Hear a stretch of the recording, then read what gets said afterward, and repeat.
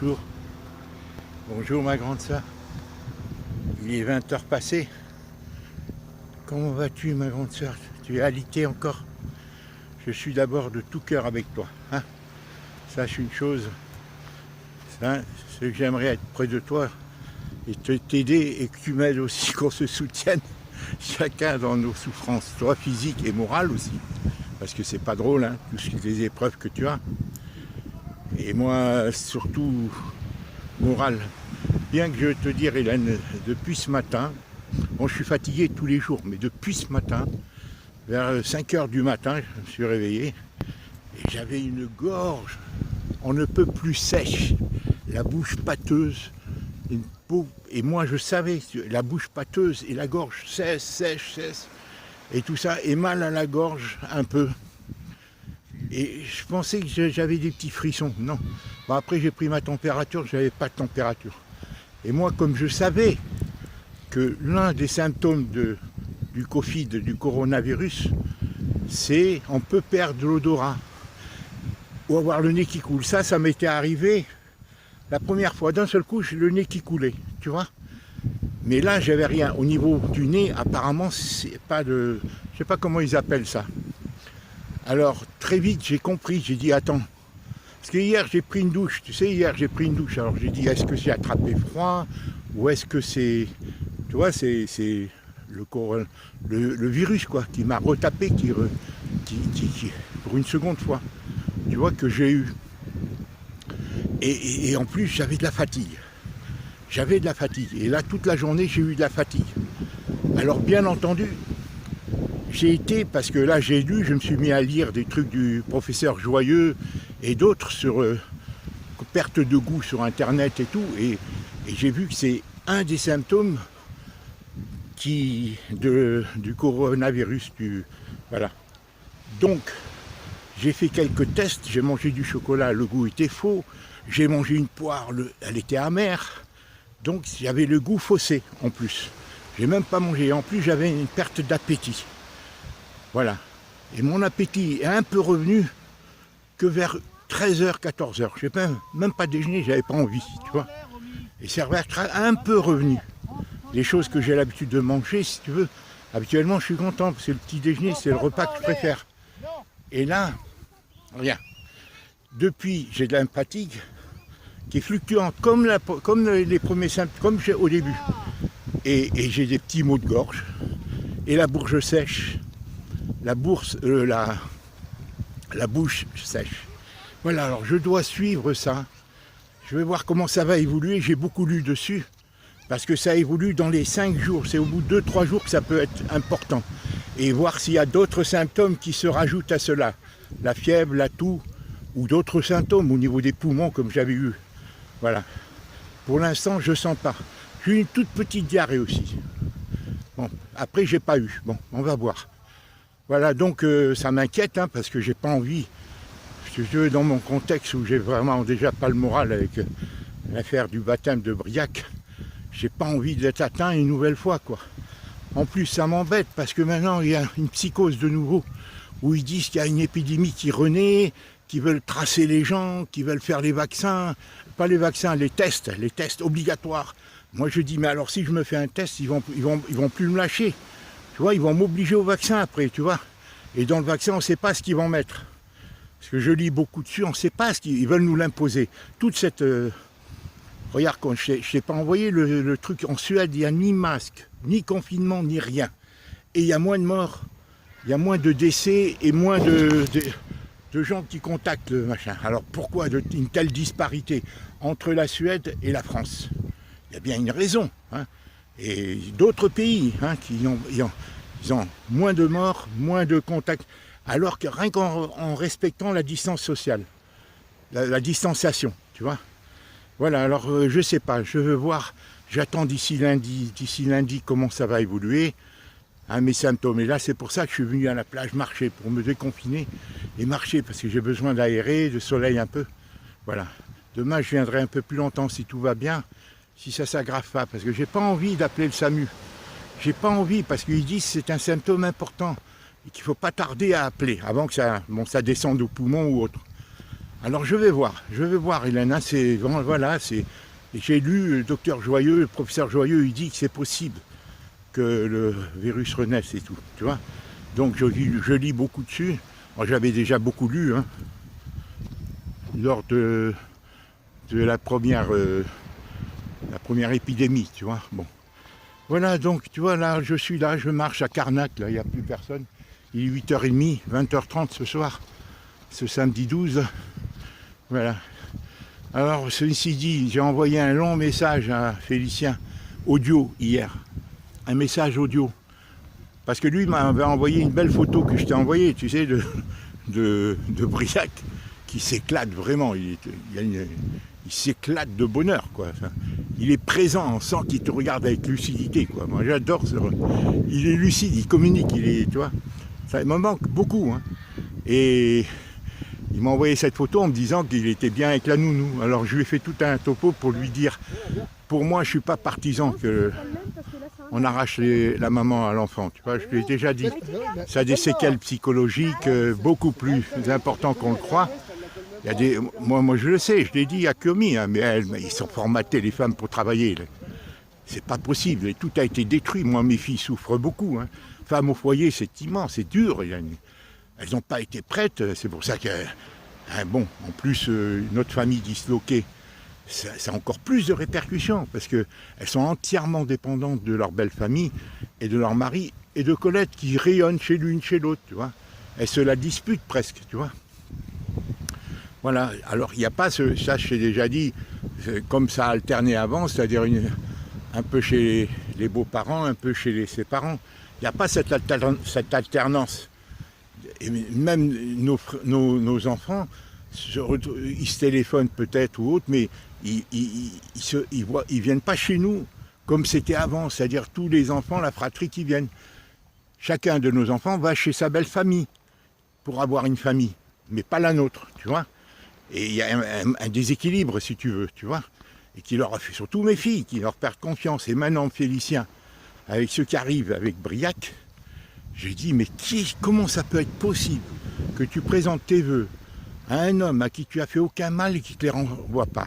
C'est voulu, c'est délibéré, c'est à dessein. Je ne peux pas conclure autre chose que ce que j'ai conclu pour la belle-mère de Clarisse et pour la belle-mère, les signes d'hostilité, la belle-mère d'Héloïse qui m'avait mis mal au point, parce que j'ai compris, Clarisse, Héloïse m'avait même dit elle me l'avait même dit, Hélène, en 2002, 8 mois, 9 mois avant le mariage. Je ne sais pas si je l'ai dit dans une de mes vidéos, et je monte dans l'ascenseur avec elle et Clarisse, pour accompagner Clarisse au train, parce que Clarisse était en pensionnat encore à Poitiers. Elle a fait une année de plus en pensionnat à Poitiers, à l'Union chrétienne. C'est une très bonne école de religieuse, vraiment qui nous a rendu un grand service quand on a eu des problèmes suite à nos procès et suite au fait que moi j'étais stigmatisé dans le métier parce que j'avais pas les mêmes idées. Je t'ai déjà expliqué, hein Hélène. Je connais par cœur ces choses-là. J'ai bien analysé, tout est étayé, hein. Je ne fais pas des élucubrations mentales, des analyses vaines. C'est l'épreuve de tout ce que je te dis. Et je sais que tu en conviens avec moi, tu comprends Hélène? Et Clarisse, donc, elle monte dans l'ascenseur et Héloïse, elle devait rentrer pour la seconde année. Pour la seconde année, elle devait rentrer à l'Institut catholique, à l'école, à l'université catholique, où elle poursuivait une licence d'histoire. Donc, c'était près de la gare Montparnasse, l'université catholique. Et Clarisse prenait son train à la gare Montparnasse. Tu vois, bon, c'était en 2002. Donc Clarisse, elle avait, je sais pas, bon, enfin, je n'en ai pas calculé, elle avait peut-être 14 ans. Et elle est née en 87, en juillet 87. Et donc, moi qui savais que la belle famille était opposée au mariage, parce qu'elle l'avait manifesté, eux, ils voulaient gagner du temps, ils ne voulaient pas que Héloïse et Fabien, qui se connaissaient depuis, elle avait 12-13 ans, en 95, quand Héloïse a connu Fabien, ils ne se fréquentaient pas au début, mais après ils se fréquentaient en tant que lui, chef scout, ils étaient dans le même scoutisme, le même mouvement, si tu veux. Et tous les dimanches, ils allaient à la messe, ils faisaient des camps ensemble, et des pèlerinages et tout. Et Héloïse était une fille tellement volontaire, performante. Ben lui, il l'a repéré parmi toutes ces courtisanes, parce que il avait tout pour plaire, hein, Fabien, à tel point que moi-même, je les ai filmés dans un spectacle qu'ils avaient donné en duo. Ils avaient joué un spectacle dans un camp pour tous les parents. J'ai la vidéo, il faudra que je la montre. J'ai les vidéos, mais j'ai pas l'appareil pour les montrer. Et je les voyais en duo jouer ce spectacle, ils étaient drôles tous les deux. Et j'ai filmé. Et dans ma tête, je me suis dit, punaise, pourquoi ça serait bien qu'ils tombent amoureux l'un de l'autre, quoi. Et c'est ce qui est arrivé. Et la même chose est arrivée pour Clarisse et Dominique. Parce que d'aspect, tout ça, ils ont tout pour plaire. Moi, à part le fait qu'ils s'opposent à moi, ils ont leur qualité, tout. Moi, maintenant, j'ai vu Fabien, ce qu'il a fait, je désavoue, je regrette. Même, je lui dis, c'est pas possible, c'est monstrueux. Hein. Ce qu'il a fait, c'est monstrueux. Et donc, mais tu peux pas accuser l'homme, parce que la personne, elle est ce qu'elle est. Mais son agissement envers moi est monstrueux. C'est pas sa personne en lui-même, parce que je dis que tout le monde fait des erreurs, des fautes, mais sa manière d'agir envers moi, qui a été froide et calculée, mais c'est aussi la même manière pour Bibo. Moi, je ferme pas la porte définitivement. Ceux qu'ils ont fait, c'est monstrueux. Même Dominique, là, comme il m'a fait dernièrement, alors qu'il était formidable, il a changé après ma séparation avec Colette, puisque mes filles, Clarisse ne me téléphonait pas, il aurait dû lui dire téléphone à ton père, c'est lui qui doit souffrir, c'est lui qui est seul. Rien. Non, rien, c'est moi qui téléphonais, elle ne répondait pas. Enfin bref. Et la mère me disait, il ne faut pas qu'il se marie très vite. Elle venait d'avoir son bac, elle avait quasiment mention très bien, je crois que je l'ai dit. Hélène.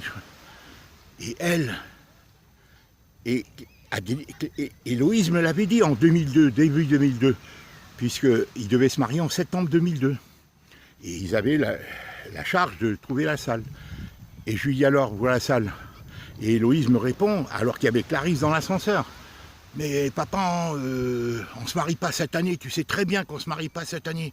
Oh, moi qui savais que les autres, ils ne voulaient pas par différents moyens, différents subterfuges, qui voulaient remettre le mariage pour que Fabien ait le temps de changer d'avis, hein, après ses premiers émois amoureux, parce que comme je t'ai dit, lui, il n'était pas programmé psychologiquement, apparemment, à en croire son père, qui lors de l'éloge, lors du mariage, il a dit qu'il était destiné à être prêtre, lors du mariage, de soir.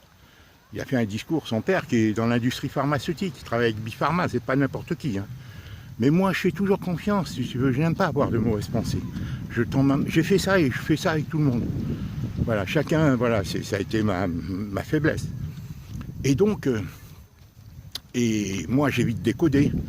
J'ai dit, oh là là, celle-là, parce qu'elle n'a pas froid aux yeux du tout, hein, la belle-mère de...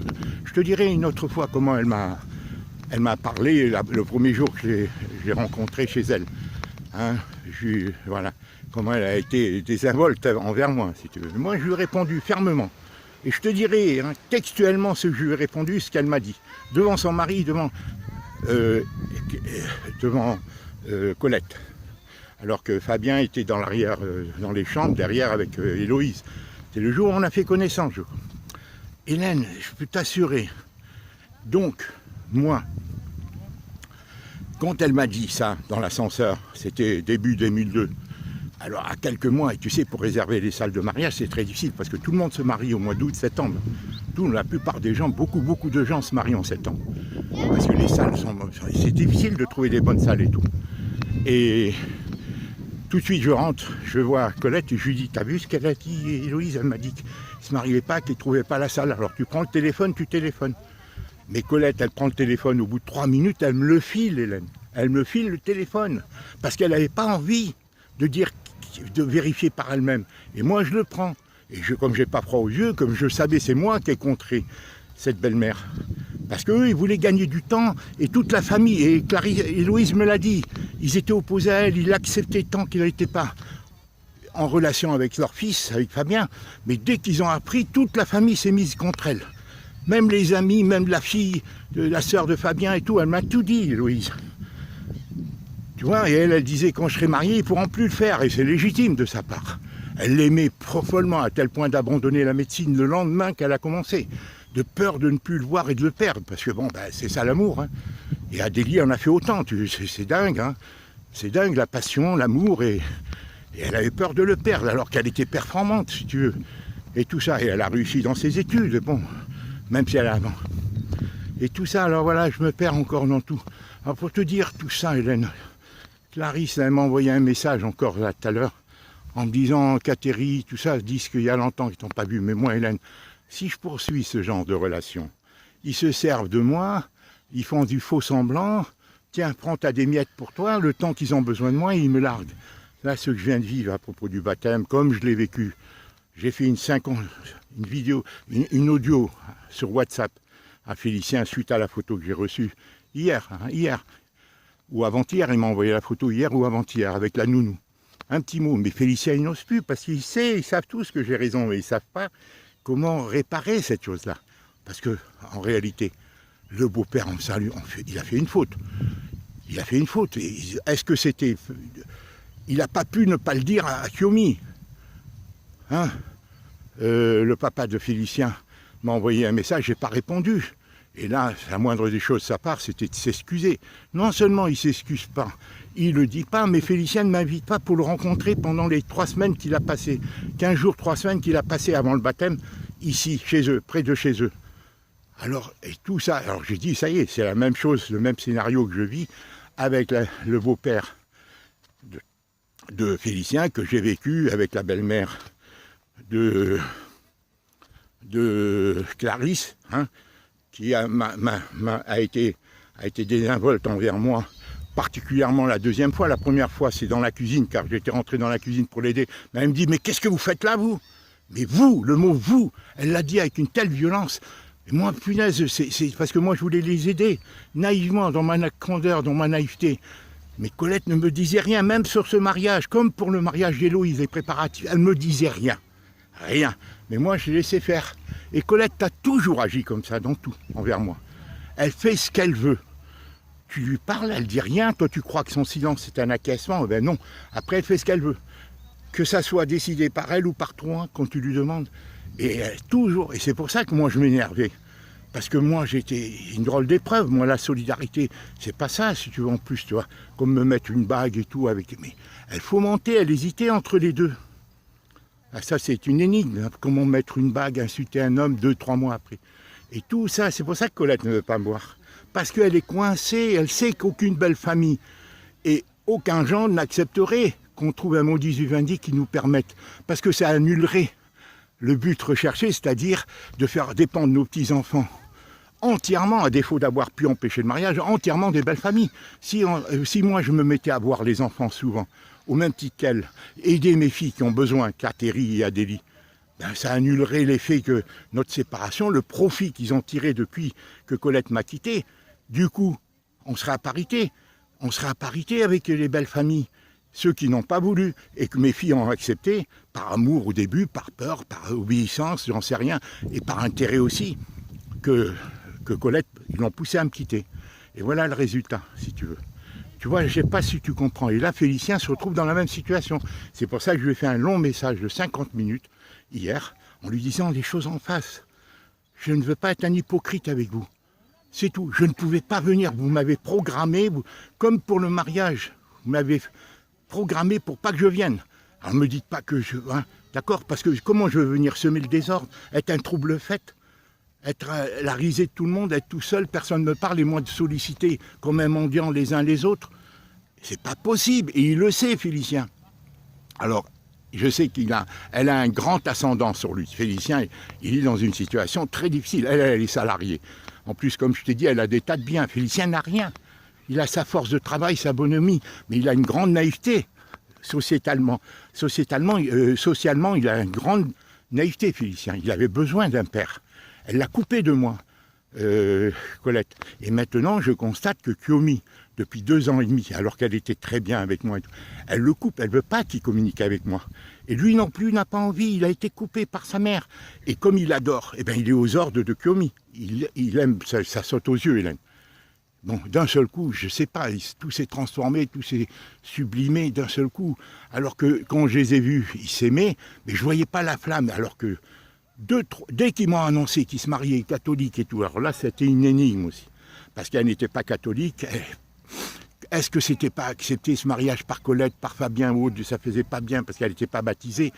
je sais que Fabien, Félicien, au début de mon séjour ici, il a lancé cette chose-là, tu vois, et très vite il s'est tu. Il parlait avec elle, il a voulu le dire et après il s'est tu.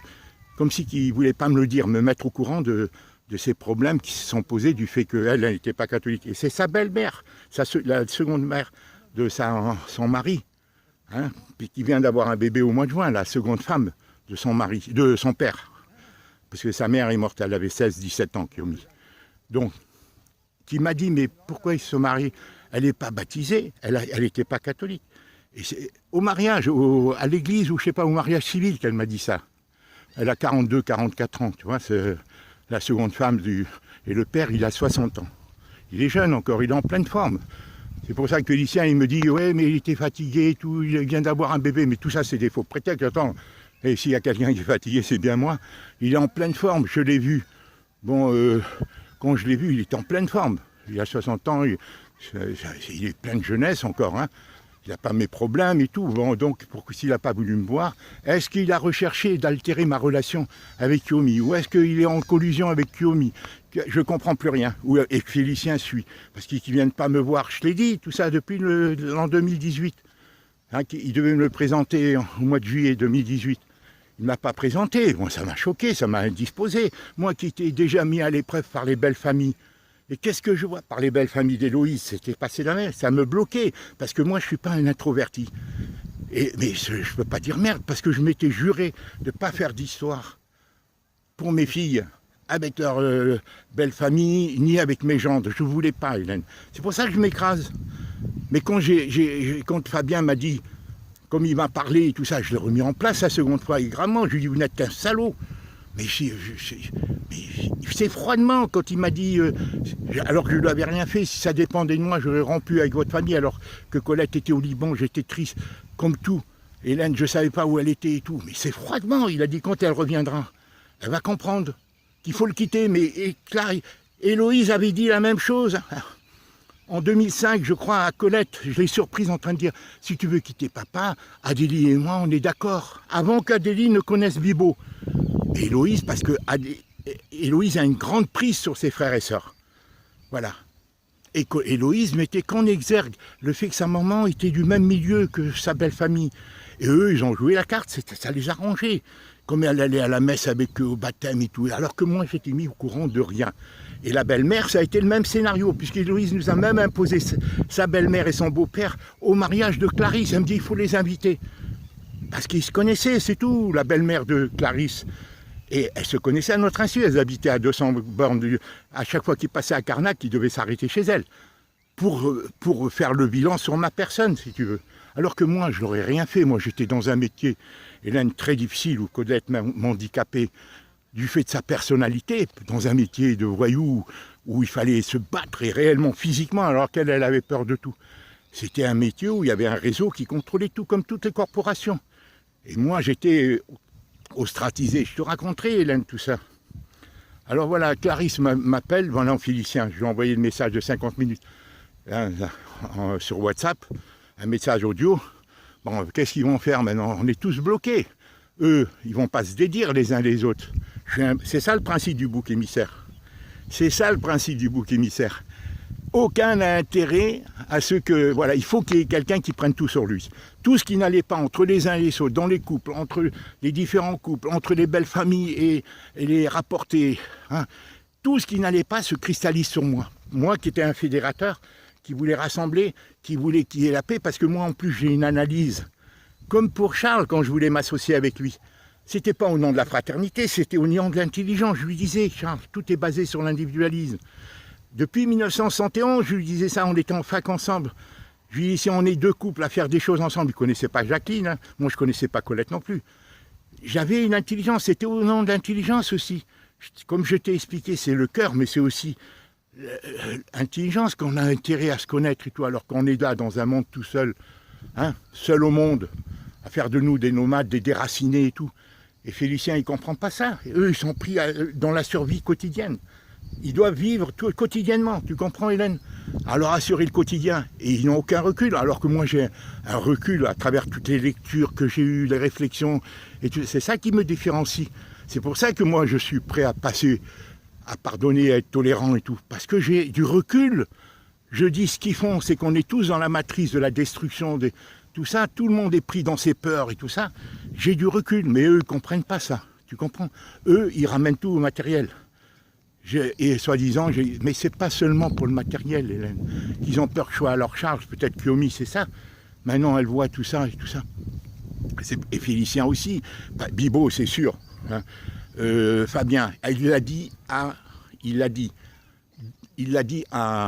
Bibo, à son anniversaire, en 2012. À l'anniversaire, on était à Versailles. Et il y avait toute notre famille réunie, sauf Adélie. Hein, oui, non, il y avait Adélie, il y avait Bibo, il y avait tout le monde, pardonne-moi, non, c'était une autre fois, où il n'y avait pas Adélie, c'était en 2009, où il m'avait manqué de respect, toujours à son anniversaire à Versailles. Et il lui dit, Bibo, froidement comme ça, Fabien, devant Colette, devant tout, c'était son anniversaire, en 2012, en avril, il fait le 12 ou le 13 ou le 14, je ne sais pas quel est ou le 4, son anniversaire, avril, Fabien. Je ne sais pas quel âge il a, hein. Bon, il a 4-5 ans de plus que... Il a l'âge de Macron, il doit avoir 41 ans, 42 ans. Donc, il lui dit, Bib, froidement comme ça, de quoi le droit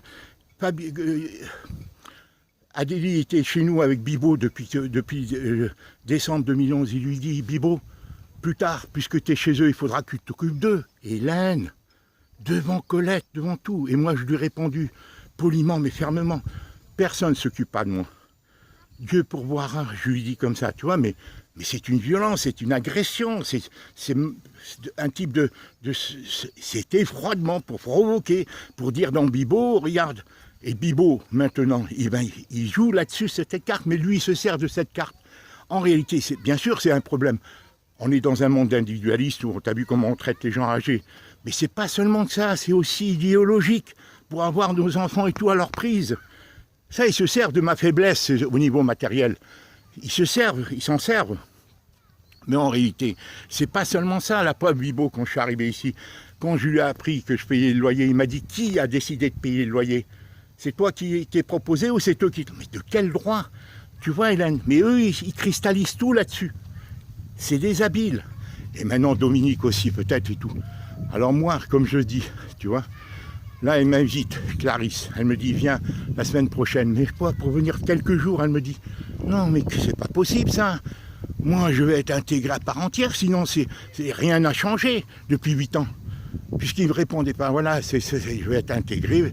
Je lui dis, dans la vidéo que je t'ai hier envoyée, tu m'écoutes que j'ai répondu à Catherine, la vidéo où elle me dit qu'elle rentre à l'école demain. Je l'ai envoyée, où tu la vois avec Paul dans les bras. Hein.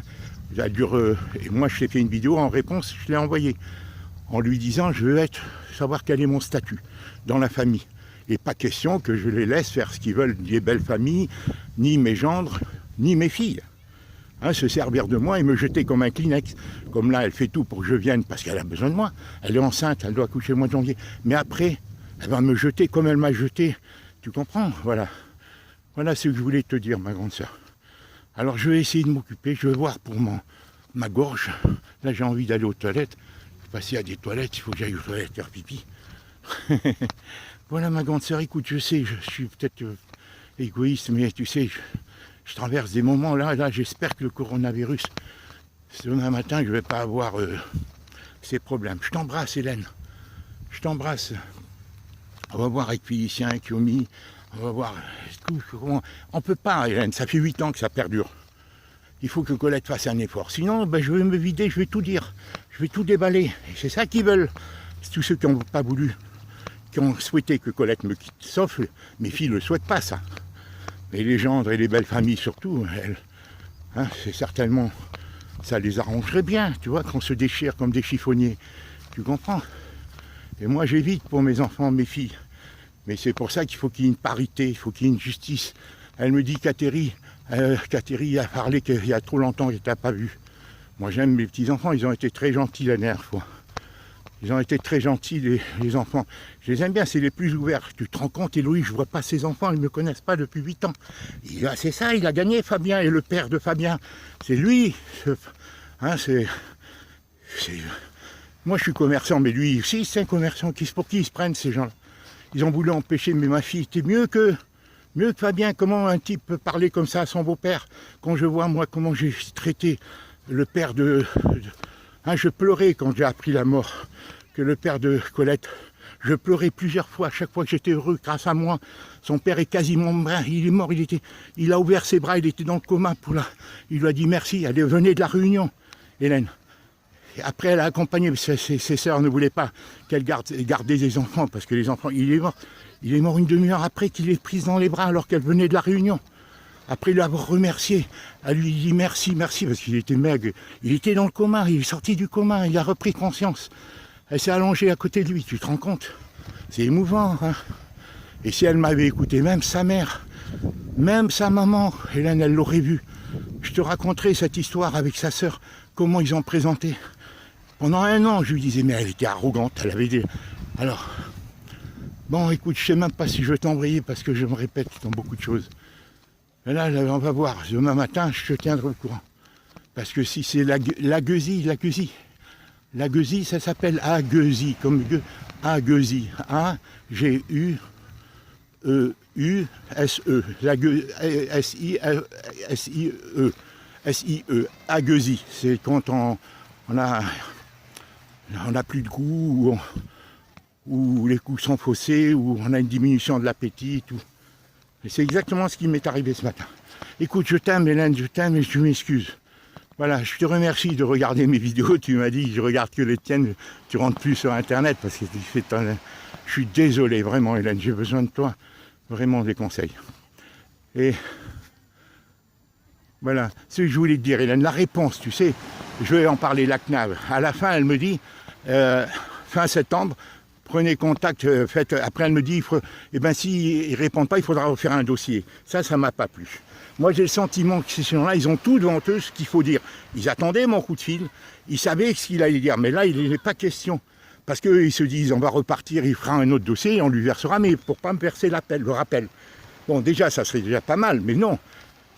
Au moins la dernière année, les 3 dernières années depuis la Bretagne, c'est trop facile, et au moins la dernière année, ils devraient me la verser, hein, l'appel de 3-4 000 euros, hein, pour une année, 3 000 euros à peu près. Hein, 10 fois 300 minimum, hein, 10 fois 300. Ils devraient me verser, ça fait 3 000. 12, ça fera 3 000. Et ils ne veulent pas me les donner, c'est pour ça qu'ils sont en train d'embrouiller les pistes. Toi tu me dis d'aller voir, Hélène, je ne peux pas aller voir le médiateur tout de suite. Parce que si j'y vais, ils vont être au courant, il va les contacter, tu comprends? Il va les contacter et moi j'ai pas envie. J'attends de voir leur réponse dans 15 jours. S'ils ne me répondent pas, je téléphone. Et peut-être ils vont être obligés de me répondre. Et ils vont... Alors, est-ce qu'ils veulent me forcer pour faire un autre dossier, pour me reprendre en compte que ma nouvelle demande? C'est comme elle le dit, dans la conversation à la fin. À la fin, elle me dit ça, dans tu vois, l'échange téléphonique que j'ai eu hier avec la CNAV. Elle le dit, elle était tellement gentille, mais à la fin, tu vois, tu es persécuté, tu te dis, mais finalement, toutes ces réponses, elle les avait préparées, parce qu'ils connaissent mon dossier, ils savent, par ma lettre et tout ce que je vais leur dire, et que je suis dans une attente légitime. Ils le savent, elle était si douce, si gentille, je l'ai remerciée, je dis merci pour votre gentillesse,